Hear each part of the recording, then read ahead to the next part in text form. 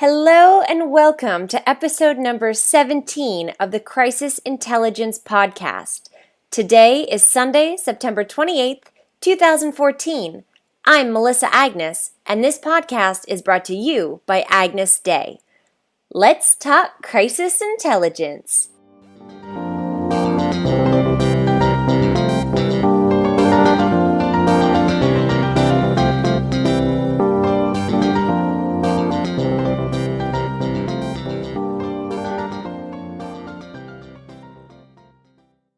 Hi Tang, thanks for joining me today. Why don't you introduce yourself and tell us about what you do? Hello, my name is Thanh Nguyen. I am a fire captain with the City of Garden Grove Fire Department in California. And one of my assignments is a social media manager for the department. Awesome. And so what does that look like for you? A whole lot of extra work, as I'm finding out. It actually to have an effective campaign, I guess, with social media, pardon me, is that I constantly have to be monitoring our pages, and so I remain engaging with our people, and that's why we have limited accounts. So there's not a whole lot that's getting away from me. Okay, so what are your accounts? We have, for the fire department, we have a Facebook account and we have a Twitter account. And then we have something kind of unique for fire departments. It's called PulsePoint. It's an application for Androids and iOS devices. And it actually notifies users of cardiac arrests, structure fires, major incidents. And then, but more importantly is on that side, it gives me the ability to send messages out to all end users. In terms of, how do you use those messages? Let me ask that. For instance, if there is, let's say, a major gas line that has ruptured, on Twitter, we will, send out the breaking news right away. Major gas line rupture at this location. And then at the same time, I'll go on to PulsePoint and send out a more detailed information as far as what's going on, how long it's expected, and just a little more detailed information. And then part of it is that not everybody has Twitter, so we're using every means possible to reach our citizens. Which is excellent, and I love that you're using the push notifications with PulsePoints. Do you keep a track, or do you have a record of who has downloaded the app within your area? Yes, the PulsePoint application has 8 cities in the Metro Cities Fire Authority that we belong to. Okay. And we're our own fire departments, the 8 departments. However, people can follow as many departments as they want. To answer your question, though, the last time I checked, we had nearly 900 people that are following our department with the PulsePoint app. Okay, cool. And do you have any idea of the demographics? Who they are, their age? No, I wish I did, but Okay. they won't disclose that. Okay, that's interesting. But it's really great that you're taking this initiative as, it's a useful app that people are downloading. Well, obviously you have some people who are downloading it and finding it practical and helpful. And then it's a way that you're harnessing it to push your notifications in times of emergency. That's really great. Yep. And so Facebook and Twitter, what does that look like right now in terms of what is the fire department's strategy? So I think it was 2 years ago you told me that you were kind of approached and said, hey, you're going to head up it started with Facebook, correct? Absolutely, yeah. And you know what, when asked if I wanted to head it up, I mean, I didn't hesitate one bit. I took it on. And for anybody that's willing to listen, I tell them my biggest belief and what drives me to constantly be engaging online with folks is that if I leave people to their own devices to figure out what it is that the fire department does, what they come up with may not be what we were looking for. And I've actually experienced this through random conversations with people in the community where they would make statements on what they perceived us to do, and when in all actuality, it's nothing could be further from the truth. Okay, and that's really important. So how do you find? So that is your overall strategy with Facebook? Well, that's the belief that drives us. The overall strategy is to keep our community informed of what it is that we're doing. So without specific sensitive information being released, we let them know major incidents that are going on in the city. Any big events that we're involved in, that's coming up, we give them plenty of notice.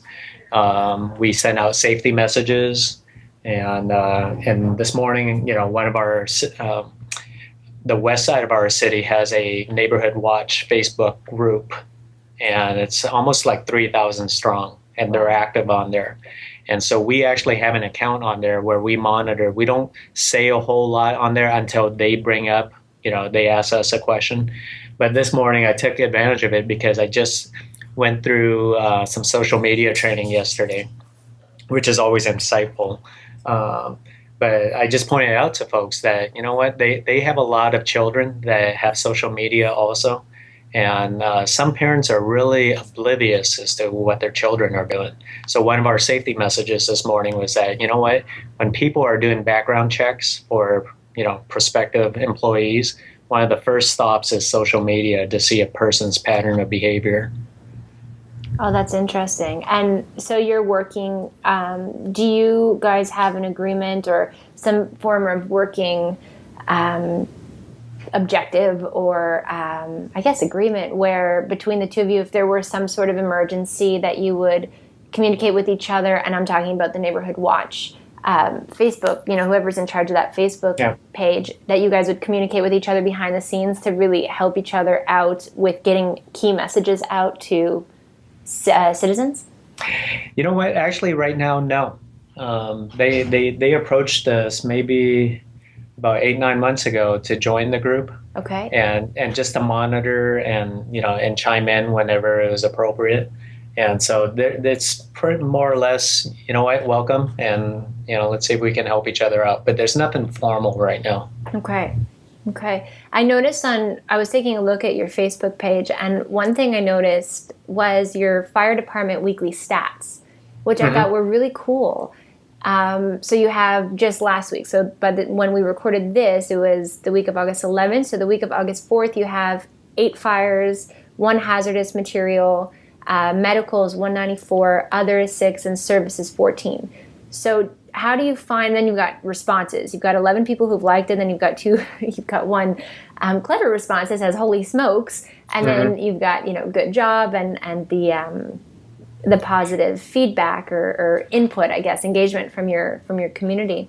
I think that that's a really cool idea in order to meet that objective of letting people know, letting the community know what you guys are up to. Mm-hmm. Well, you know what, we do that, and a lot of people appreciate it, and it's more on those. When I look at the insights for the weekly stats, it's more people that just clicking onto it and seeing it, but most of them won't click like or comment, and I really don't expect them to, but it's just, hey, this is what we're doing, and this is how busy we were last week. And but if they're following our page, or they've liked our page, then when the major incidents happen, then they're actually posted on there with details of what happened. Excellent. And what about Twitter? Is your Twitter strategy the same as your Facebook strategy? What's the goal there? Man, I am still trying to embrace Twitter. Really? Well, it's a good thing that you're on it, because in terms of crisis communications. Absolutely. And I'm quickly learning that there is definitely a place for Twitter. Just last week, we had one of our ambulances responding to a call, and they got involved in a traffic accident with another vehicle. Okay. And what I found was that the media people that are on there that are following our page, they a lot of the times they know exactly what they're asking me already. They know the answer already. they're just getting clarification, and then they want the support from us to say, yes, in fact, that did happen. Okay, publicly. Yeah, absolutely. Yep. Publicly. And so the emergency responders who got into an accident, how did you were able to? Where did Twitter come in there? I get notification that a significant incident is happening. Okay. And through my phone, and that's internal. And as soon as I get that, I get on the radio and I monitor the radio traffic, and I can always tell if it's a significant incident or not. And typically, when something like that goes down, whether it is significant or not, I'll just send out a tweet real quick. Traffic accident involving ambulance at this intersection.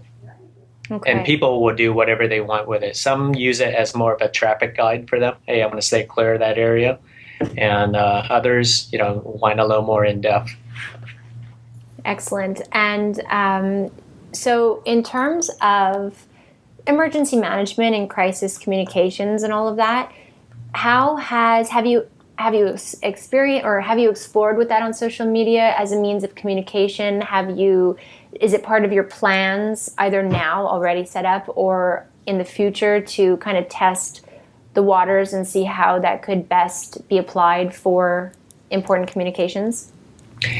Yes, we without having a formal plan in writing, the general direction that the fire chief has given me is that he wants a positive page where it's not always just doom and gloom, on our social media. Mm-hmm. But when the time does present itself where there are significant incidents, we will post, we will share. We have, I have a belief, and I believe the fire chief does too, is that, our citizens do deserve to know what's going on in their city. Absolutely. And and it builds. I love the fact that your fire chief doesn't want just, in his words, doom and gloom. It's very important in terms of building the community and building up a platform where the community can come for regular informations as well, not just crisis communications. Mm-hmm. Look to and know that they could also turn there if they have questions or if there's an incident that happens and they're looking for answers, that is an opportunity or possibility to turn to your pages, which you can't do if it's only ever doom and gloom. You have to have that personality that, to build the relationship. Yep. Excellent. And you were just telling me that you were speaking with Chris Shung from Mountain View PD, which I think is they're such a great example of using social media for so many different, more than just crisis communications and more than just relationship building. They're really, really great at pushing the envelope and exploring. Mm-hmm. So I know that you're always looking for inspiration in that. Yeah. Well, you know what? I think I modeled myself after those guys and other agencies that I've seen. Huntington Beach Police Department is another one that I've been following. Solid program that they got in place. And, and everybody that's doing this all wants the same thing for their community. It's just create that level of transparency, so people aren't wondering what it is that they're paying for. They know full well what they're getting. And we keep them informed, I enjoy it. I like we talked about in class, it's my opportunity to reach the most amount of people in the shortest amount of time. Absolutely. And it's not, and I've heard this lately, this week in particular, or last week, anyways, recently, is, that expression, if you build it, they will come. It's not like that on social media. Yeah. You have to actually actively, like when we started this conversation, you said it's more work than I ever imagined. Mm-hmm. It really is. And it's an ongoing endeavor, ongoing efforts, and where it's continual progress, which is great, but can be it's long term.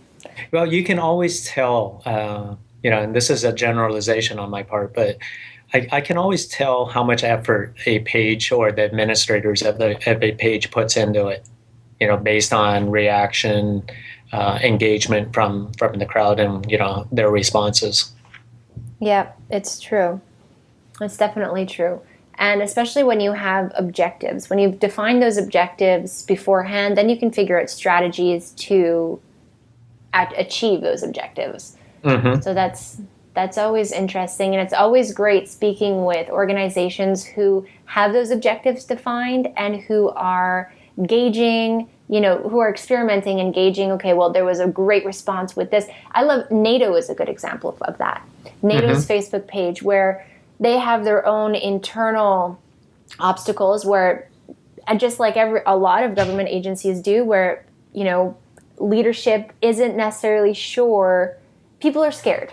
People are scared of lack of control. They're scared of the unknown. Social media is this new two-way communications portal that scares them. And rightfully so. If you're not prepared, it is scary. Mm-hmm. And yet NATO is they've got this really great team of social media members from within NATO who it's their job to post and share on social and to explore and push the envelope. And they're doing really great things in terms of graphics to draw in attention and bring people who otherwise would not have seen their press releases, their statements, what they're doing, why they're doing it. They would have gone with hearsay, or they just wouldn't know. They're using these really great graphics to draw them in. And so it's really interesting to always look at organizations that are struggling, but who are still being creative and trying new things and evaluating the progress. Mm-hmm. Absolutely. And believe me, some of my posts, even after 2 years, flop, where there's barely anybody that's reacting to it. But you learn from it. You look at that and you look at other people's pages and what they're doing, and then you got to go on from there. It's, what, I see things differently, and my crew always, they're super about it because they will entertain me when I ask for pictures. That's awesome. Yeah, it's they know what my objective is and they support it, and the saying that a picture says 1,000 words. I think on social media it says a whole lot more than 1,000 words. So it can make or break whatever the call to action is. Absolutely. Whether people actually follow through and click. Mm-hmm. It's really interesting. And I had a question for you and it just popped out of my mind. All right, well, that'll come back to me. But so when you're looking at, I remember it now. So you were saying that your crew is really great at providing pictures and whatever it is that you may ask for because they get your objectives. Do you have firefighters or just members of the fire department's community who are active on social media apart from you?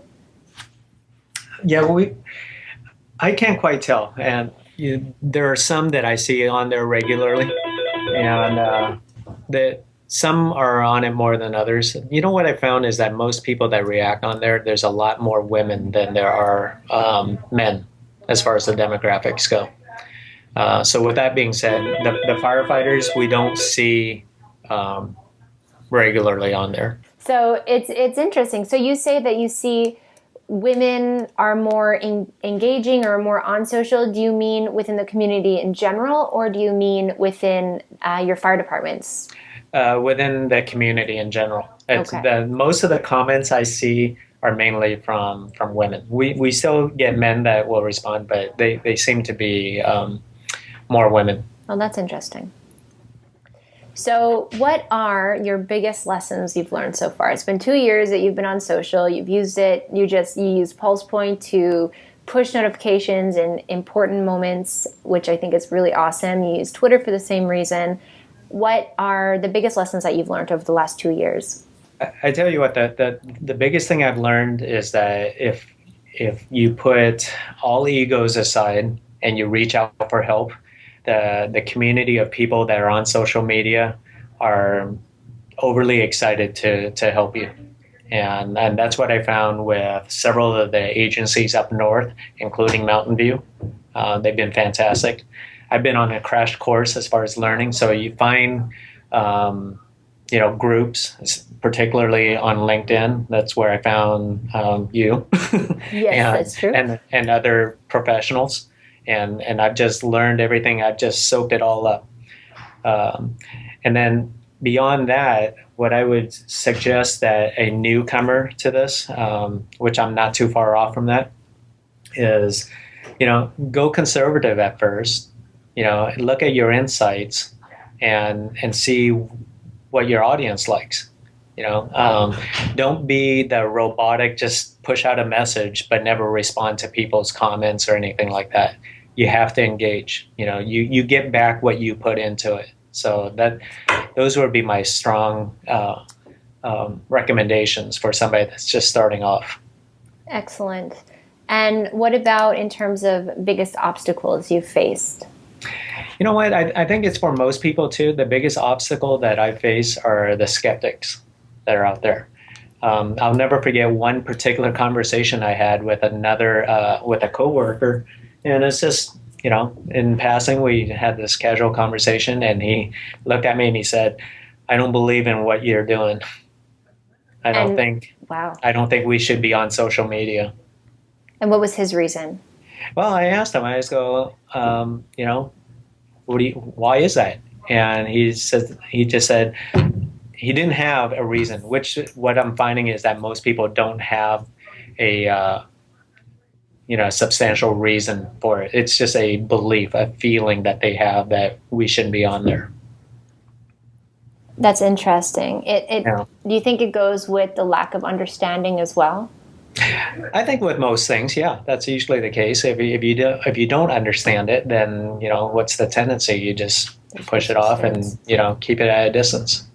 And how have you overcome this type of internal resistance? I go out and I get as much training as possible. And fortunately, the fire chief, like I said before, is very much on board with it. So any training I can find, I'm sent to. And so I'm learning a great deal. And I come back and I try it from different angles. Instead of just telling somebody, hey, we got this many people engaged and learning about what we do, I'll try it from a different angle.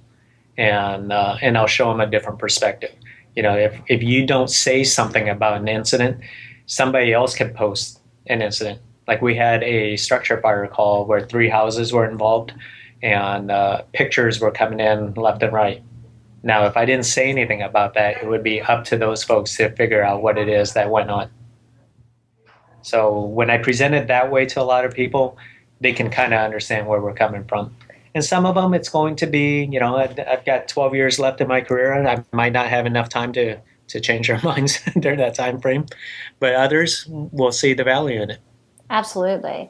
And in that particular case, where the 3 houses were in jeopardy and danger, how did you respond? What was, first of all, you have firefighters out putting out the fire. It was a fire. Yes. Yep. So you have them putting out the fire on the ground. You, in that particular instance, were you on the ground? Were you, I was actually in a remote location with my radio. Okay.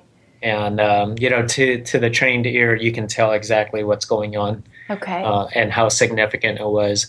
And then when the pictures started coming in, it just painted the picture even more so, if you will, than just the verbal that was going on. And we took advantage of it. We have a policy where we will ask for permission, so it's in writing, from the person that sent it to us. Even though they sent it to us, we'll still ask them, hey, can we use your photos? Okay, that's good. And then we turn it around and we share it. And did you find that, so you had people coming in, I'm sure that it was making local news as well. Mm-hmm. So you had to make sure that you were a resource for that, so that pictures didn't let headlines go out of control. Yes. As that can quickly happen. So how was your response, and how did you feel that you fared in that situation or in similar situations, and lessons you took away, advice to listeners who need to as well in a crisis get ahead of the stories or get ahead of the headlines? Go ahead. Sorry. You know what I've learned from doing this, especially with Twitter, is that I will push out the initial notification that there is an incident happening, right? And then, Usually the second one will be after the first arriving unit arrives on scene and reports the conditions. And if it's anything, then I'll update it. If it's nothing, the last update will be, whatever engine can handle and there's no fire. Okay. Right. So I keep people informed, and that's the system that I have. Other departments do it different ways, but that's how we choose it. So we have the notification. The next one is what's going on right now, and then the last one is the emergency is over with. Excellent. And what about the use of hashtags? I'm slowly learning hashtags. Slowly learning. Well, that's good. It starts with learning, so that's really Absolutely. good. Yeah. That's and in fact, I'm a lot more critical of my friends hashtagging, because now I'm starting to look at it and go, who are you hashtagging this to now? And it's a great tool. I've read that you got to be careful with it, though. Yes, you definitely have to be careful with it. Yeah, because you can tie yourself into something else that may not be in a positive light. Mm-hmm. And so I'm super cautious of that. I read an article not too long ago about the New York City Police Department. Great intentions from what I'm reading. They wanted to get the community involved, and they asked for pictures of their police department in action if anybody out and about saw it. And unfortunately for them, what they didn't see in the future was that the pictures that were being hashtagged that they had created actually were more negative pictures than anything. Hashtags are easy to be brandjacked. Mm-hmm. So that's a great case. They should have, their lack there was that they didn't do a risk assessment prior to say what could potentially go wrong. Like our intentions for this campaign are XYZ and they're very positive, but what could happen that could go wrong? What's the worst thing that can happen? That is a perfect way to put it. They didn't analyze their risk assessment. And hashtags, even if you look, so I got the pleasure of speaking with Chris Shung and Shino Tanaka from Mountain View Police Department in an episode of this podcast. And they described a crisis that they experienced where there was a mountain lion loose in their city limits. Mm-hmm. So, and what I love, the story is great. If you haven't listened to that podcast, I definitely recommend. Shino tells the story very vividly and very, very informatively. But one of the aspects that I loved is that she knew that, so hashtags can go the wrong way when you use them without fully understanding how they can go the wrong way without doing that risk assessment. But at the same time, in terms of crisis communications or emergency management, hashtags can be really, really great. A really great way to funnel information and for people to follow updates around a crisis, no matter who's posting those updates, as well as on your end, a great way to filter through information and make sure you're not missing anything. So they can be really great. But what I love about it, speaking of risk analysis for hashtags, is that while this cougar was in their city limits, Shino is responsible for communicating via social to the citizens, and they've built, as you know, this really great community of followers. So she knew that she needed a hashtag to continue to update the community with the events that were to occur with this mountain lion. And it was an evening that this crisis happened, as often they do. I believe the story was she was in the process of just about to feed her son and supper, and she sat down and she said, okay, I know that we need a hashtag. So she started thinking about what that could be. Her first instinct was to go with MV Cougar. And she didn't. She chose MV Puma instead. One, it's shorter. But two, the real reason that got her mind off of that is cougar, the term of an older woman dating a younger man. She didn't want any possibility of that going astray, which I thought was so great because especially in the heat of the moment, she had that logic to think logically about the hashtag, and the hashtag MV Puma ended up trending nationally for about a week. Oh, wow. Which was, the crisis was a success. They managed it. They got really lucky and they had a really great team, but the communications as well were such a great success. And so it's just, I think it's a really great story of being able to assess the risk of a hashtag, even when you know that you absolutely need to use one, but just doing that as safely as possible. Yes, absolutely. And then, you know what, since you brought that up, that kind of reminded me, is that when you will have media people contact you on Twitter about, incidents that they're overhearing, and that you gotta resist the temptation to push information out quickly. Absolutely. Yeah, because that can backfire pretty darn quick. And unfortunately, that ambulance crash that we had, my source that was getting me the information said that there were 7 people involved. Well, it turned out it was an autocorrect problem. Oh no. On the phone, so it read like 7. But in actuality, there were only 4 people involved. So I quickly had to, swallow my pride, send an update to everybody and said, hey, 4 people involved. But first of all, it's very good that you did that. Second of all, that's a really great lesson. So often we feel overwhelmed with the need for immediacy on social and the demand for immediacy. And you raise a really good point that we really do. We can't succumb to that, yet though you do need to have a voice and state that you're looking into it, or that you're on it, or that they can rely on you for more information. There's a very fine line between making mistakes that jeopardize your credibility as well. Absolutely. That's a really good point.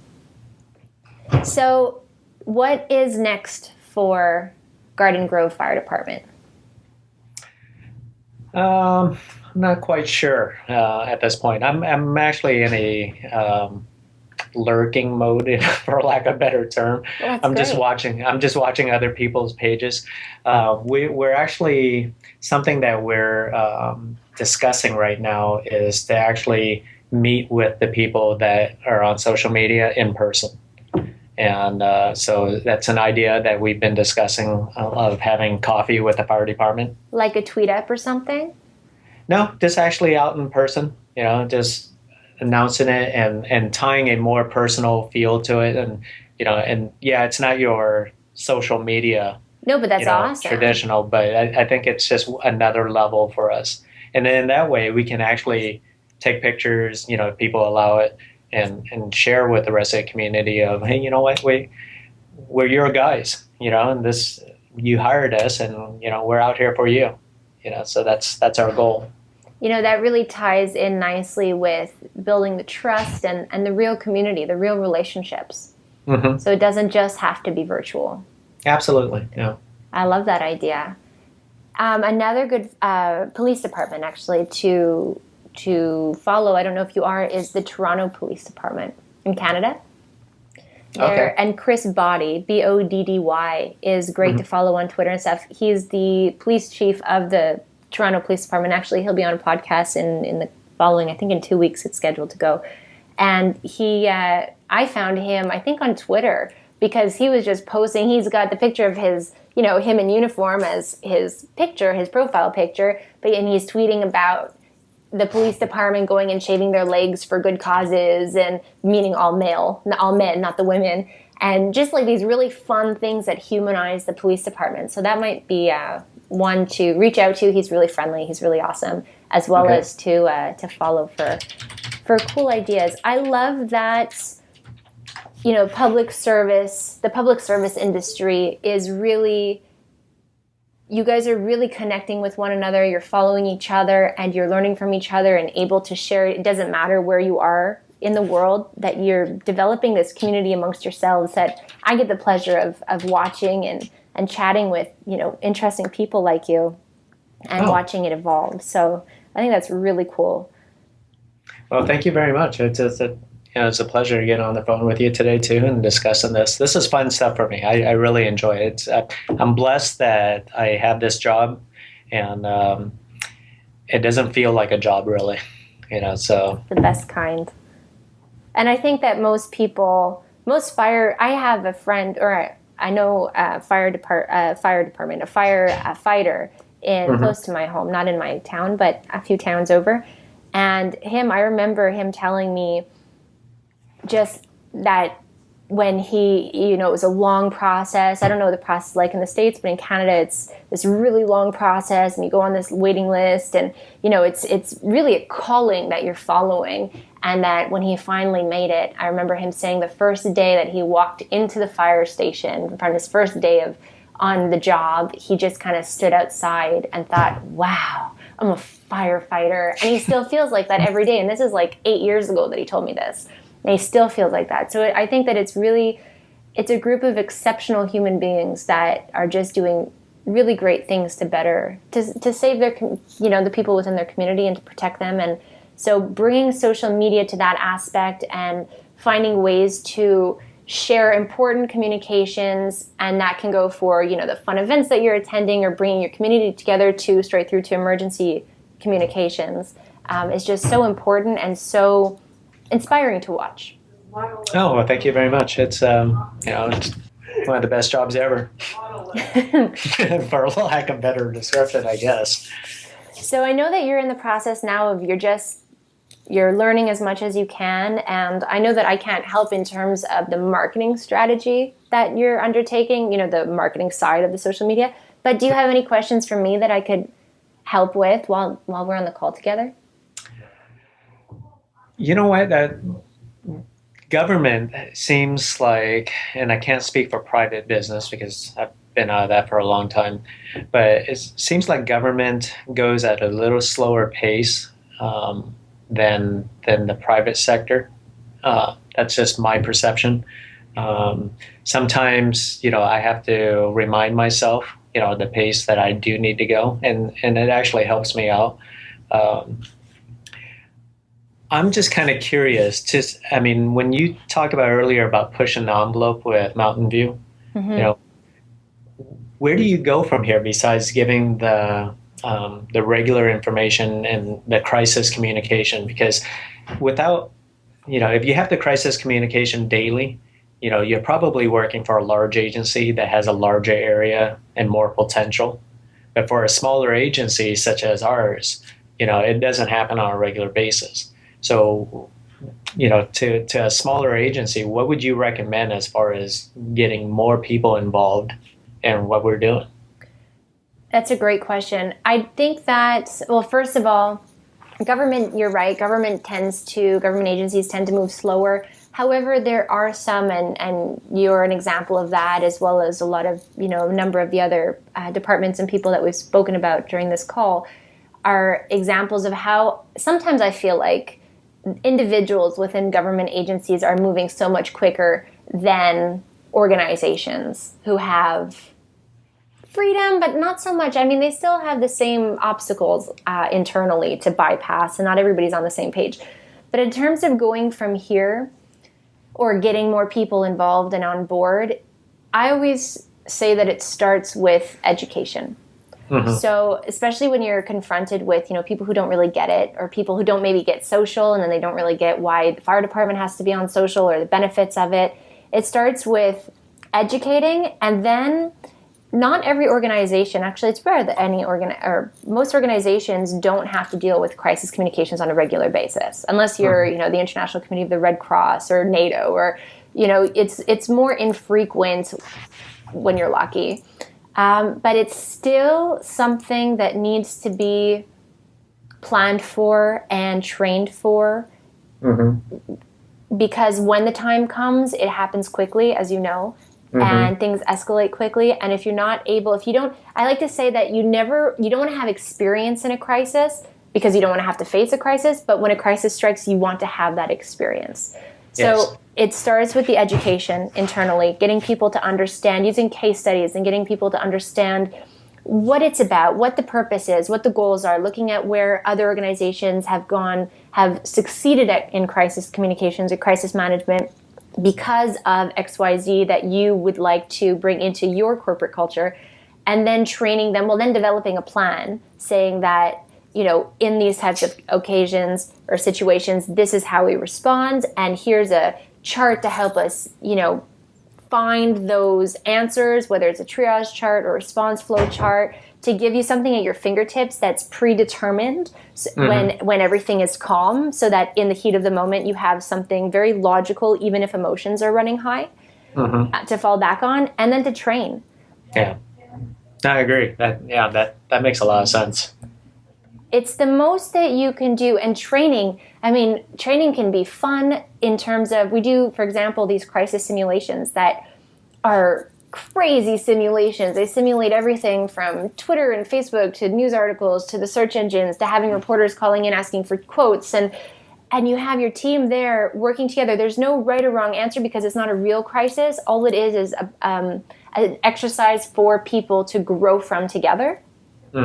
And you get that experience. And you also get that bonding, that relationship building internally. And it also helps to open up some perspectives when you have people, pushing back and saying, we still don't get it, we still don't get it.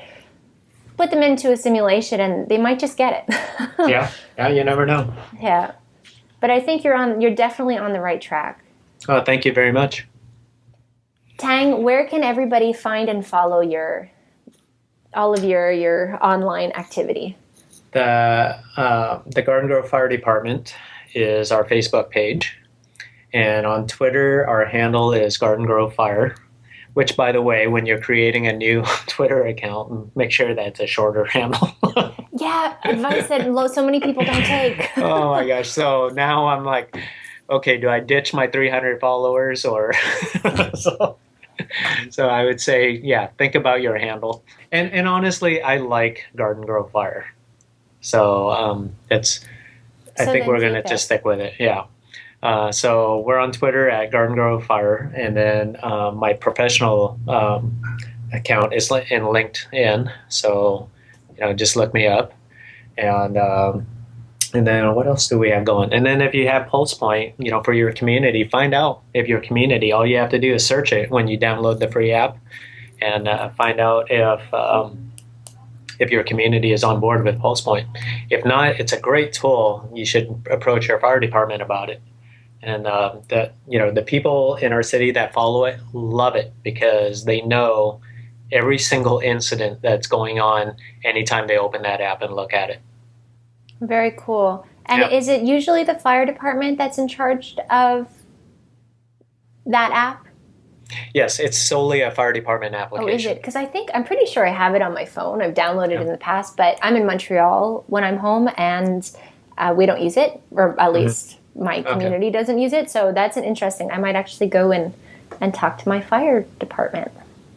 And I think, it's just a matter of getting the word out. Some people have never heard of it, but as soon as they hear about it, they're on board with it. And the company will come out. I've spoken to the founder. He's a retired fire chief from Northern California. And how that application actually began was he was having lunch at a restaurant and saw one of his engines go with the lights and siren to a business right next door to him. And it turned out it was a cardiac arrest victim. Wow. And he sat there and had no idea the whole time there was a cardiac arrest. And as we all know, time is tissue when it comes to the heart. And that was the whole point of that application, was to get people that are willing to help get involved. And that know how to help. Good for him. Yeah. So our campaign isn't so much just a social media campaign. It's a social media and electronic communication.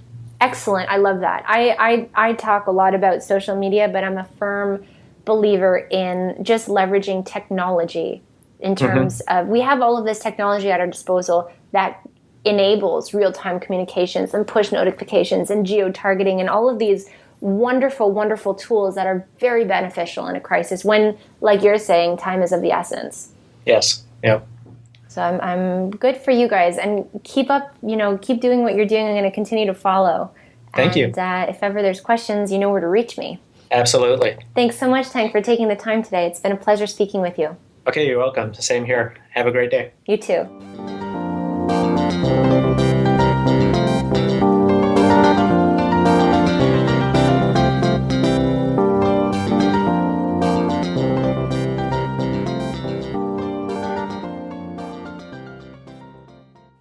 Thank you so much for tuning in and listening to this week's episode of the Crisis Intelligence Podcast.